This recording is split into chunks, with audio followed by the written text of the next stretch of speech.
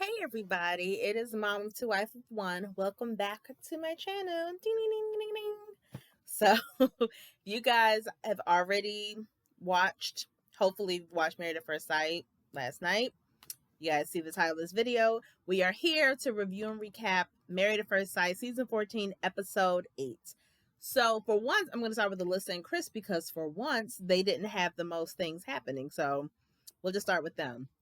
What I will say is Alyssa's still delusional.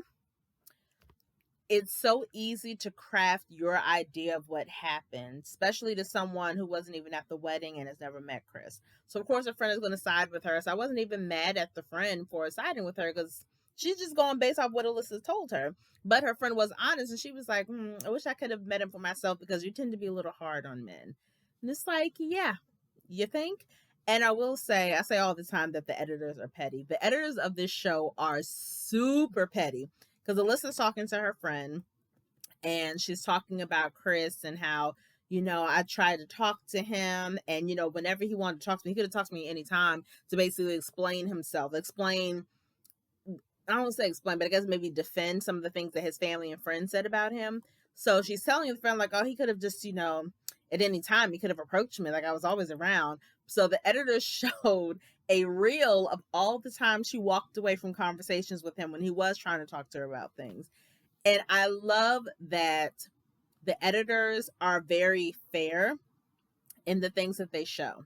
Even though she's saying one thing, they clearly showed all this video footage to show that she is lying and actually the opposite happened. She did not give him a chance to talk about anything. She always walked away when things got uncomfortable or when she felt like she was being quote unquote attacked in some way or her character was being assassinated. Then she decided to walk away because I'm tired of this and whatever. So I will say that the editors are very good for that. I'm very appreciative to them for that because that was everything to me. And I liked Chris's mom a lot. I really liked her. She is the mom that I would be because let my son call me and say, first of all, if he does the show, I'd be thrilled because I watch the show so much. I'm like, oh my gosh, you get to be on the show finally because I just like it. So selfishly, I'd be thrilled. But let him call me to say, well, mom, I was trying to make it work with this woman, but she always walked away from me and she belittled me and she just didn't want anything to do with me, blah, blah, blah. I'm coming to Boston. I'm not going to harm the girl. I'm not going to do any of that stuff, but I'm coming to my son to make sure he's good. But I'm cursing her out the entire time I'm there. The flight there, when I get in front of him, if I see pictures of her, I'm cursing her out outwardly or in my mind because how dare you treat my son that way? I'm going to be that type of mom. And his mom was a lot calmer than I probably would have been. But I love what she said to him because he told her, mom, she kept using the word rob. She feels robbed in this process. And she was like, well, it sounds like you got robbed because all she wanted was her 15 minutes of fame. I was like, yes, mom, speak it, mom, because that's exactly what this mom would have said as well. So I loved that conversation between the two of them. I was very appreciative of it. I was like, yes, Chris's mom is my spirit animal. I love it. And it was also the first time that we have heard Chris physically say that he is pissed off about the process. Most of the time, it's just been disappointed or he's questioning himself or he's probably making excuses for the most part. So this is the first time when he said, like, I am pissed off about this thing. But one thing I will say for him and for Alyssa to a certain extent, when the two of them are around the other couples, they have a quote unquote united front, meaning that he's never said in front of the other couples, she's not trying. So therefore, no, forget her and blah, blah, blah, blah. Well, he said at the dinner, but in that moment of telling the other couples that, yeah, we decided to get divorced, he made it very much a we thing. We made this decision. We decided that in order to achieve maximum happiness, we can no longer be married to each other. But we love you guys and we hope you guys do great and we hope for all the marriages work out. It was very simple. It wasn't dramatized. Of course, she whipped out her tears and one thing I loved is that at this point, all the other couples are tired of her tears as well. Just like we are. I won't say we, I won't speak for you guys. Just like I am. I don't care about your tears anymore. And all the couples, no one sympathized with her. They was just like, okay, girl, we get it. We understand. So that part just kind of amused me, tickled me a little bit. And the thing is with the show, you never know. That couple could come up again next week, maybe not as a couple, but it could be Chris showing up with hang with the guys, or Alyssa hanging out with the girls, or Alyssa meeting up with one of the girls. Like, it's always something. So I seriously doubt this is the last we see of them, even before decision day. I'm sure we're gonna see them again. But either way, they were a little more tame, so that's why I want to start with them. The next semi-tame one, I guess, was Michael and Jasmina. I will say, and Jasmina has said this too, I love Michael's sisters. His sisters really have his back, but they do not excuse any of his shortcomings. They're upfront with him about, hey, look, you need to understand this. You need to kind of calm down. You overthink. You need to do this, do this. I really like their relationship because a lot of times when you have that many sisters, especially older sisters, they tend to be coddling. They tend to think, their little brother walks on water, and they tend to be extra defensive if anybody comes at them or makes their brother feel unhappy in any kind of way. So I like that at least the sister Claire, who we saw last night, she was very objective and she saw both sides. She really helped him to see both sides. Like, hey, look, Jasmina does not trust you because she doesn't know you. Just like you don't have full trust in her yet. You guys are still learning to know each other. Understand it's only been 2 weeks and you guys are already married and already moving in together. Like, just give it some time, relax. And her girlfriend told Jasmina pretty much the same thing. So that's pretty much all that happened. Like, they basically talked to their people, kind of met up together, had their housewarming party, which seemed really cute. And it was good to see them laughing together again because I do like them as a couple. I think aesthetically they look really good together. And they've both admitted that they have so much in common. So I feel like this union could definitely work. I think they just need to take baby steps and just kind of work on things as they happen, not brush anything under the rug. And they have to learn to kind of shed some of their preconceived notions about each other and about what they think a marriage is, if that makes any sense. But I do like them. Nothing exciting happened with them. It was like, oh, okay, you guys still like each other and you guys are starting fresh. Cool, great. So I do hope that works out for them. We're going to go to Lindsay and Mark because, okay, this is what I'll say. And I said this last week. I posed this question last week. If you are somebody who knows that you are quote unquote a lot, meaning you are loud, you are aggressive, you are abrasive, sometimes your energy is at 1,000 all the time or whatever, that's your version of a lot, right? If you are a lot and you're dating someone, are you dating with the intention of that person accepting that you're a lot? Or are you dating with the intention of, okay, I'm a lot, but this person isn't. So let me learn to tone myself down a little bit. And in some situations, to make sure that they're comfortable and to make sure I'm not overwhelming them. And I asked my husband that question yesterday, and he was like, it should be the latter. If you know you're a lot, then you're supposed to kind of make adjustments for the other person. I was like, that's what I thought. But I feel like Lindsay is accepting that she's a lot. And it's like, yo, if you're not on board, like, F you, like, this is who I am. And it's one thing if that's part of your personality. Like, I definitely understand it. I get it. But if you do care about somebody, then you're supposed to make some changes here or there. Mark has never told her to tone down everything. He's saying, look, in public, I would appreciate if you didn't do certain things. And he only told her that because that's the advice her friends gave him. Wrong advice, obviously, because she doesn't care. And I was asking my husband, I was like, well, what more is he supposed to do? If he's quiet and doesn't say anything, then now he's embarrassed and she's going to think everything's okay. If he does speak up, then she's getting on him and she's kind of pulling punches and like, well, you're not on my side. We're supposed to be a team or whatever, whatever. So it's like, what more is he supposed to do? It's like, darned if you do, darned if you don't. Like, I don't know what he's supposed to do at this point because she's not listening to him. She's not respecting the things that he says because she's focusing on, okay, you telling me to calm down or you telling me not to do this in public. That's telling me that you don't have my back and you're taking this person's side. That's how she's taking it. So to backtrack a little bit, they went to the bowling alley with all the couples. And you guys know how I feel. Every episode, they're with all the other couples. And I think it's unnecessary. Neither here nor there, but I had to put that in because that pisses me off. So they're sitting talking with all the other couples. And Lindsay is being typical Lindsay, meaning she's talking over people. She's talking loudly. She's talking a lot.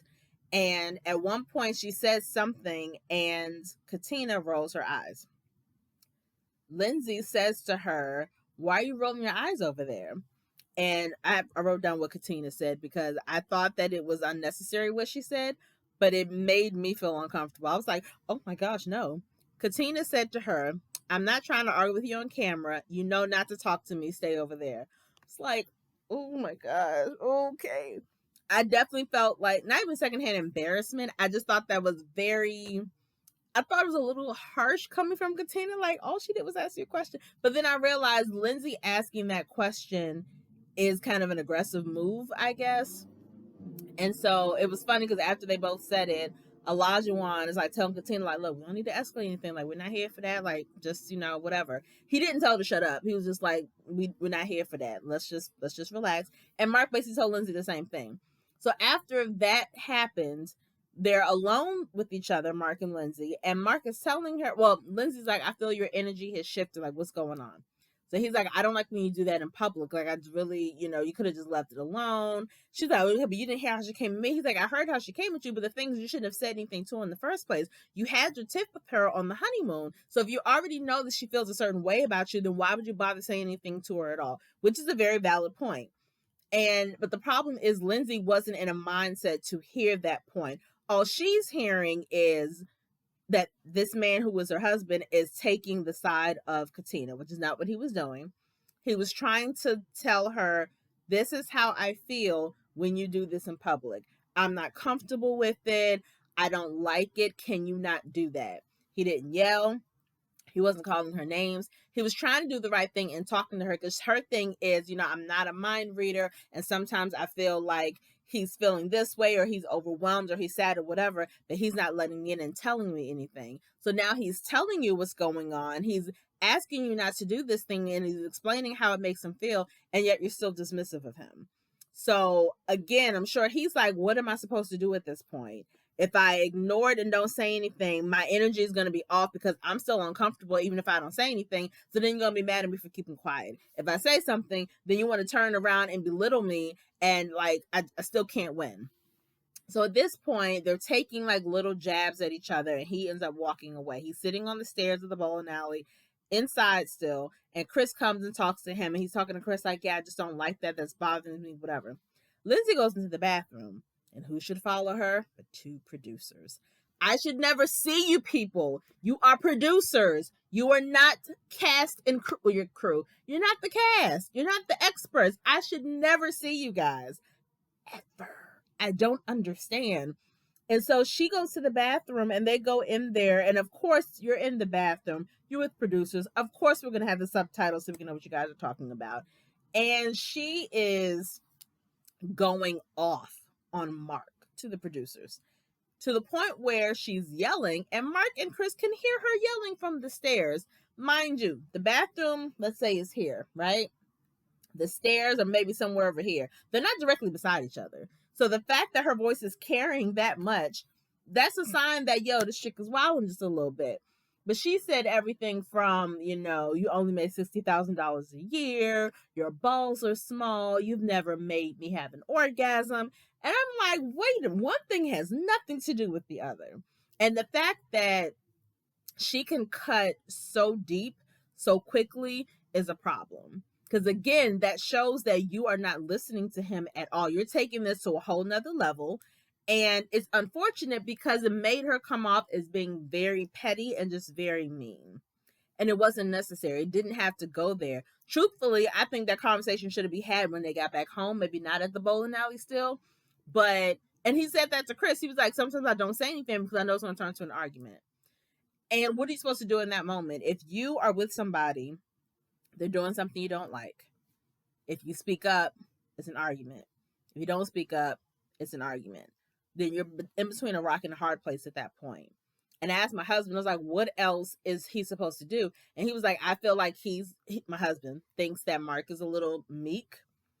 He needs to kind of get more aggressive with her. Not like beat her up or anything, but I guess just be a little more aggressive, more assertive in what he's saying. Because I don't know, maybe it's the way he's saying it that she doesn't respect. I don't know what it is. But she also acts like she knows everything. She's always right. She has the right idea.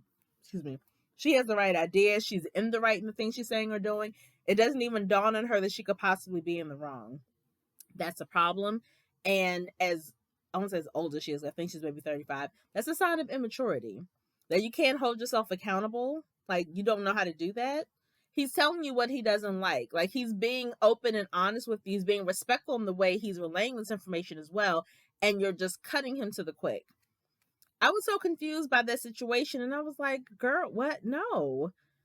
So not being a man myself, understanding somewhat the male ego. At this point, I don't think Mark heard exactly everything that she said, but obviously we're all watching it in real time. So assuming he watched it with us last night and he heard everything that she said or saw everything she said, how are you supposed to get back from that? You know, like everything that she said is obviously stuff that she's been thinking about, but she hasn't physically said out loud to anybody. So to yell those things, to think those things, to be simmering on those things for a while, that does not make a very healthy marriage. So I don't see how they can come back from this point. I just don't see it. And I really, not that I had a bunch of respect for Lindsay at the beginning, but if I had any, I would have lost respect for her yesterday. And the way she treated him, I thought was really, really unfair. I didn't appreciate it. I didn't like it. I thought it was very tacky. It just, yeah, I didn't like it at all. So now we're going to go to Olajuwon and Katina. I will say that I like Olajuwon's friend. I believe his name is Jeff. I really like him because he basically was telling Olajuwon, like, look, don't look for red flags that are not there. If you continue to overthink things, you're going to start viewing things as being red flags, or viewing things as being wrong or whatever when they're really not. Don't sabotage this before it starts. One thing I did find interesting. So he's talking to his friend Jeff about Katina, and he's like, yeah, we have a lot in common. She's great, blah, blah, blah.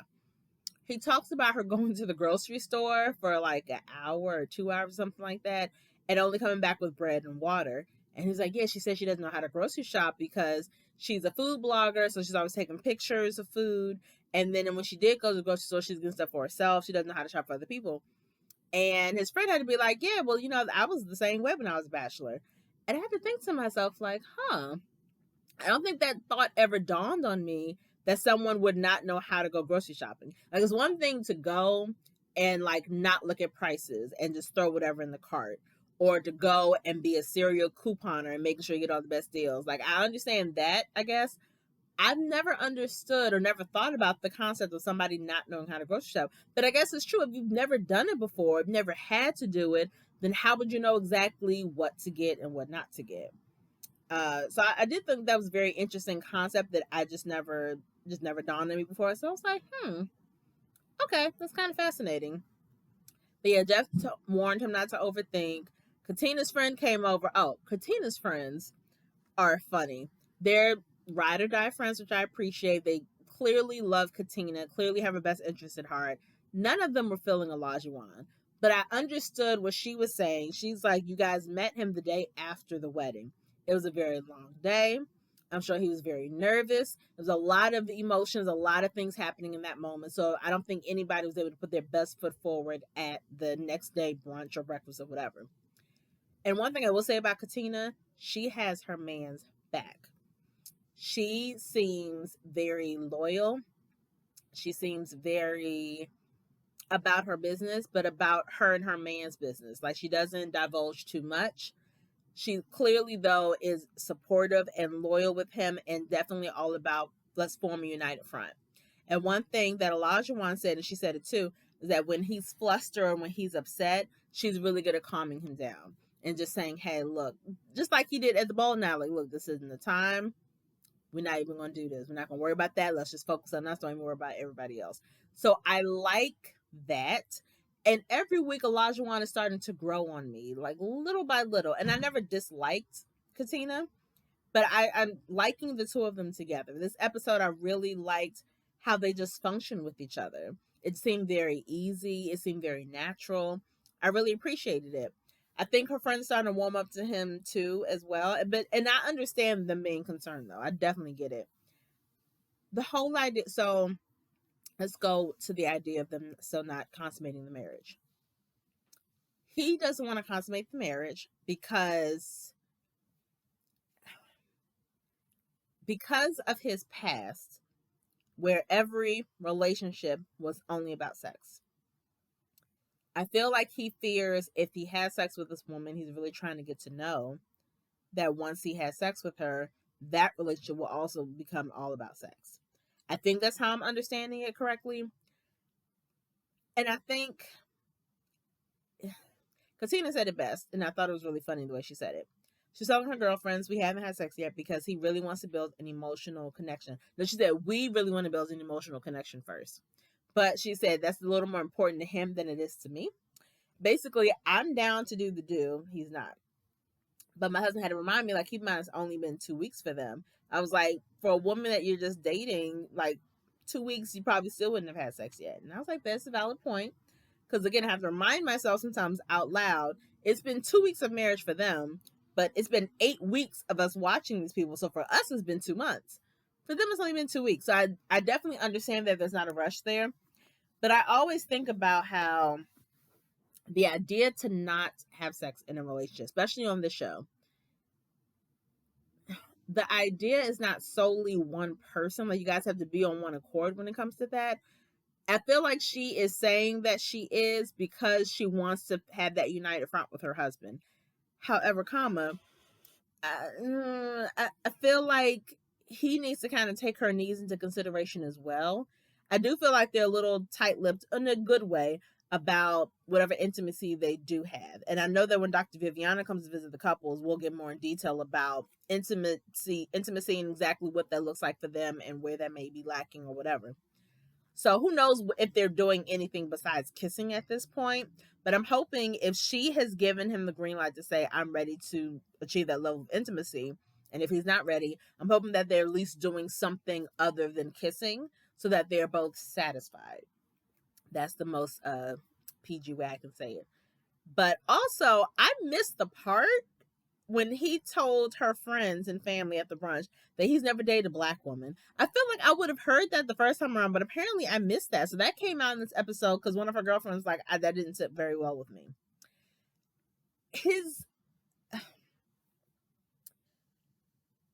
When someone says, I've never dated someone of this particular race, it's not a red flag necessarily just in making that statement.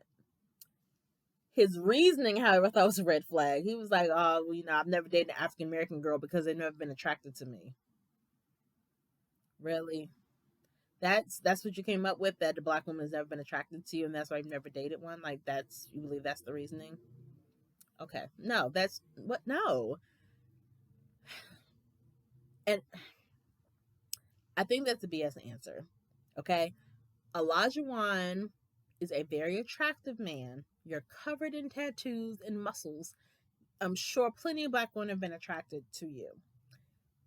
You just either didn't find them attractive, or you decided that they would be too much work because maybe they would require more of you than you were willing to give at the time. So you decided to be with all the fun chicks of whatever races because you knew that was a little easier for you. You wouldn't have to work for that. I'm gonna assume that's what it was, but yeah, I mean, the comment didn't really ruffle my feathers. The reasoning I thought was really dumb and made no sense whatsoever. But I understood her friends kind of having their alarms up, like, wait a minute, I don't think that sounds right. So I definitely understood it, but like I said, they're warming up to him, and I feel the passion when he talks about her. When he talks about her and when he talks about the kind of husband he wants to be, I really feel his passion and the love that he's growing for Katina. So I really like them as a couple. As it stands, I think Michael and Jasmina have a chance. I think Olajuwon and Katina definitely have a chance. Mark and Lindsay, I feel like that's up in the air. Obviously, Alyssa and Chris are done. Now let's get to Noy and Steve. Let's get to Noy and Steve. I have a lot. Okay. I don't even know where to start. I will say that when they had their housewarming party, I loved the idea of them both cooking food from their individual countries of origin. I believe her family's from Laos and his father at least is Chinese. So I love that they mix their cultures together. I thought that was a very cute idea. I was all here for that. It did make me feel some type of way. She has 2 monitors set up in the house and she's working from home. She's working diligently, got her glasses on. Looks like she's been working for a minute. And he just comes out the bedroom chilling, like, oh, hey, how you doing? Are you working? Oh, okay, you were making some breakfast? And it's like, if I'm there working on the computer and my husband does that, I know I'm going to be thinking to myself, like, get out of bed anytime you want, huh? Must be nice to not have a job. And so I feel like that would have been my take. She didn't do that. That doesn't mean she didn't think it. But I definitely was thinking that, like, ugh, just kind of rolled my eyes. So they had a conversation again about the fact that he doesn't work. I will say Steve's demeanor is very much like my husband's, and mine somewhat is like Noy's, in the sense that my husband is very fly by the seat of his pants. He is not a planner. He is very much spontaneous. I'm going with the flow. If I even mentioned the idea of crafting a plan for anything in our lives, if it's beyond the next 3 days, he's like, that's too far away. I'm not going to think about that. Whereas for me, I plan birthdays normally 6 months in advance, family vacations 9 months in advance. Like if I have an idea of something now, it may not be for something not happening until 2024. But I start researching now just to be on the safe side. So I'm a planner and I need a plan. That's definitely how I operate, but my husband isn't like that. But when you are married to someone who is opposite from you in that way, both of you have to learn to compromise. So I don't get on him when he does not make plans because I know that I can do that. And the same token, he doesn't get on me when I do make plans because he sees the benefit of it, especially with kids, especially when we travel with our babies. He understands the benefit of it and he allows me to do what I need to do. Just like on days when maybe I don't feel like it, I allow him to be spontaneous to do whatever he needs to do with me, with the kids, whatever. You have to be able to give and take in a relationship, especially when you're married to someone who is extremely opposite from you in a way like that. I don't think either of them have learned that just yet. But again, it's been 14 days. So, in their conversation about him getting a job, his whole thing is I could get a job. I choose not to get a job. I don't want to work a full-time job. I want to freelance. I want to do stuff for myself. I want to be creative and I want to just, be and explore and find myself. The term find myself is a little bit of a red flag for me. Only because normally when someone says I want to find myself, it's somebody who is 22, just graduated from college, and they don't know what to do with their life. Sure, that's the perfect time to find yourself. That is fine. Steve is 38. I feel like by 38, if you haven't found yourself, then what the heck have you been doing up until this point? You've been on this earth almost 4 decades. What have you been doing with that time? Like just working all that time? It just, for me, it was a red flag just phrasing it that way. And he's like, I'm looking for someone to support my dreams. And, I feel like a marriage doesn't work if one person doesn't believe in the other. And it's like, she needs something to believe in. She did just like with Jasmina and Michael. Jasmina does not know Michael well enough to trust him yet.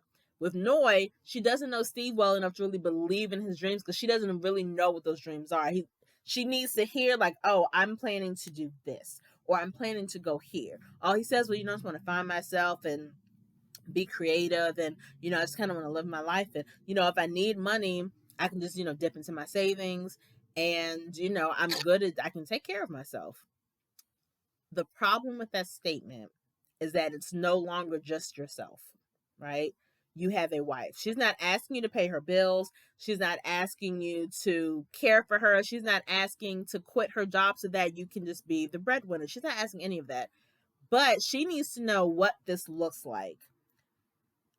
One thing I was saying in our group chat, that if you keep saying I have the savings, I basically have money at my disposal, money at my disposal, maybe show her your savings account balance just so she can have an idea. Because just saying I can do it to my savings, she doesn't know how long, she doesn't know how big your savings are. That means she doesn't know how long it's going to last. What if an emergency pops up? What if you guys have kids? She doesn't know what any of that looks like. So even if you don't have a solid plan of I'm going to do this, this, and this, at least show her the savings account balance and she can be like, oh, okay. So based off of that, we should be good for a little bit. But that's still not just going to be the end all. Like she still needs to know something. So even if you decide I'm going to create or I'm going to freelance or I'm going to be self-employed or whatever you decide, it still needs to be like, hey, So I'm good for the next at least month without getting a job. I'm fine. The bills we pay will be straight. After that, I plan to look for these kind of positions, maybe get a couple clients here or there. My goal is to make this amount of money a month.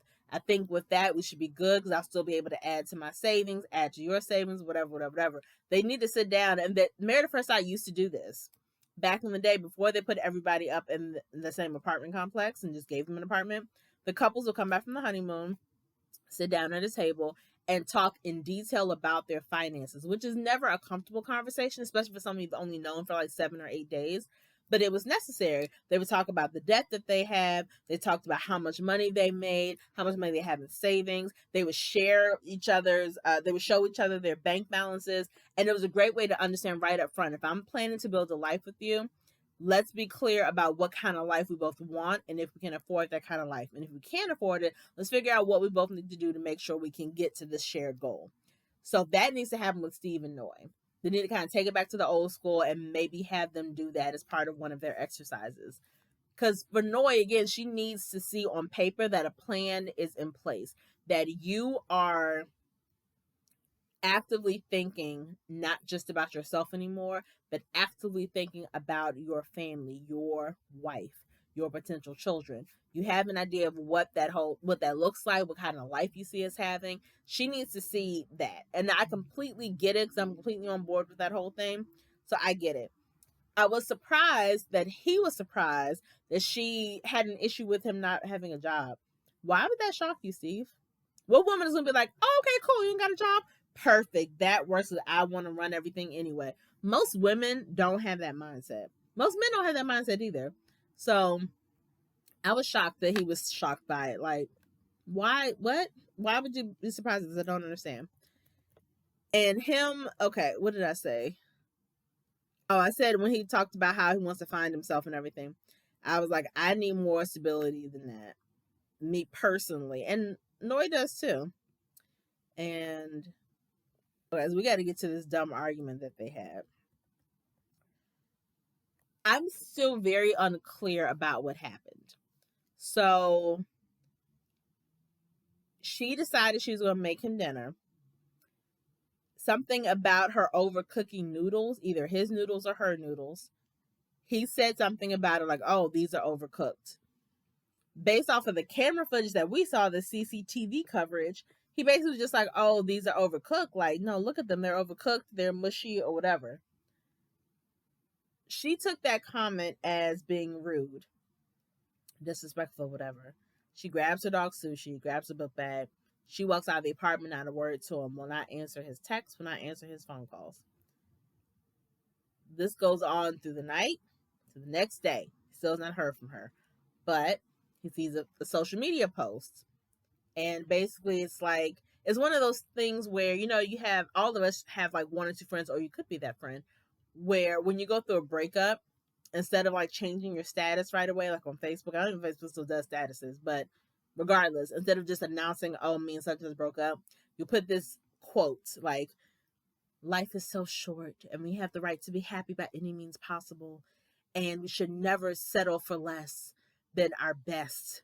And God is going to watch over me, or whatever. Some kind of quote to indicate, oh, okay, you're obviously going through something. So she put a quote like that said, never be afraid to choose yourself first. It's okay to say no when things don't feel right. Very cryptic kind of stuff.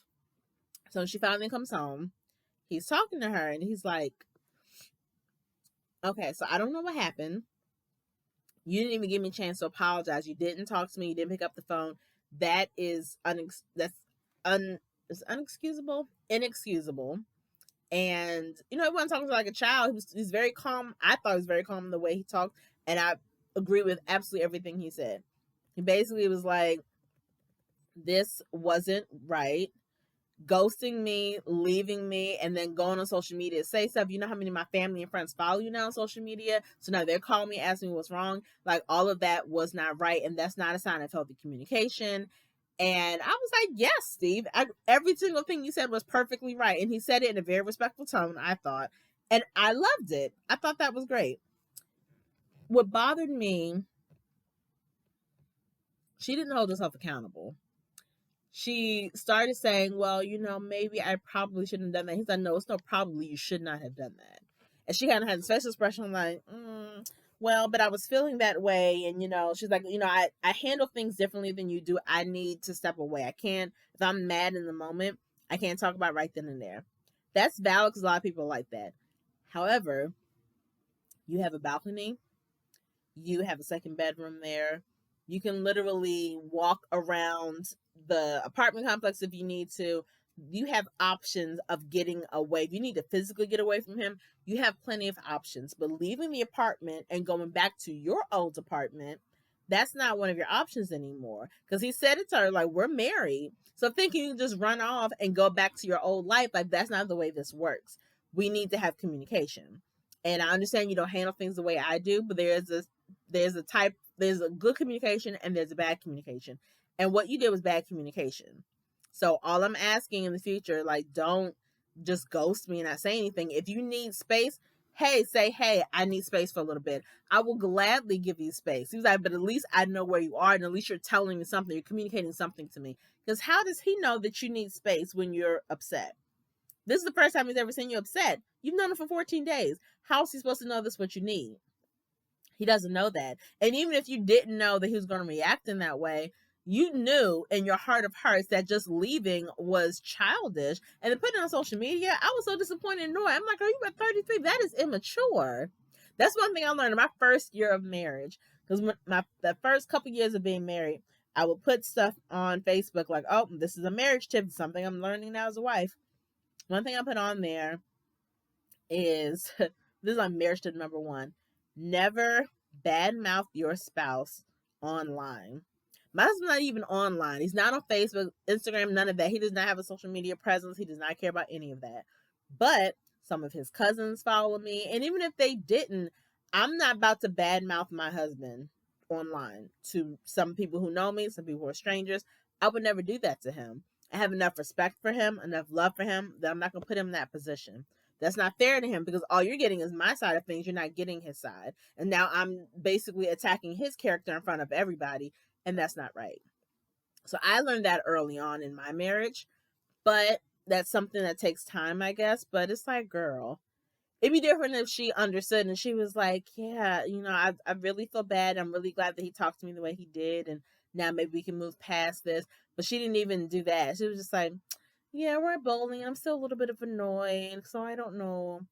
But it came off very, very immature. So I don't know what's going to happen with them. I mean, the thing is, anybody who's immature now, there's room for you to become mature. There is room for you to learn and to grow. It can definitely happen. You just have to want it to happen, or you have to at least make that agreement with yourself that it needs to happen. And if it doesn't, then you got to be like, all right, well, I'm not going to change and he's not going to accept this. So I guess, the marriage ain't going to work out.